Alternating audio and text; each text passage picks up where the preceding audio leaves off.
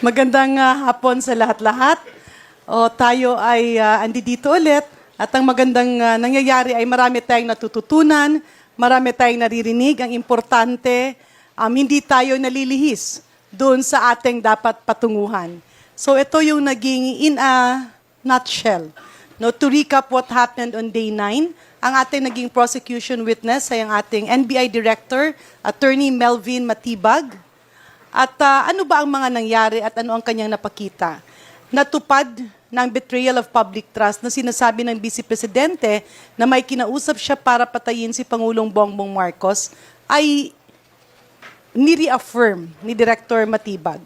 Hindi ito galing sa akin, kundi ito ang nakita at napresenta ng prosecution sa pag-imbita bilang witness kay Director Matibag. Hindi natibag si Director Matibag. Inulit rin niya ang banta sa buhay ng Pangulo at inilink ito bilang banta sa pambansang seguridad. Next slide, please. Ipinakita rin ni Director Matibag na tila may pattern of violence ang ating Vice Presidente base sa kanyang mga nakaraang pag-uugali tulad ng panunukto sa isang sheriff noong 2011. Ito ang mga bagay na ipinakita ni Director Matibag.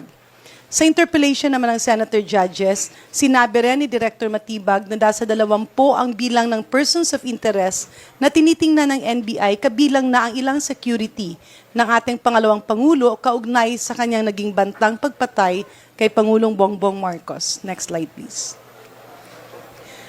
Pinili ng prosecution na hindi na magsagawa pa ng redirect examination dahil naniniwala silang hindi na ito kailangan. Dahil naipakita na ni Director Matibag na solid at naipakita niya ang ebidensya dun sa mga ipinahayag ng ating prosecution. I think that's all. Salamat po, Deputy.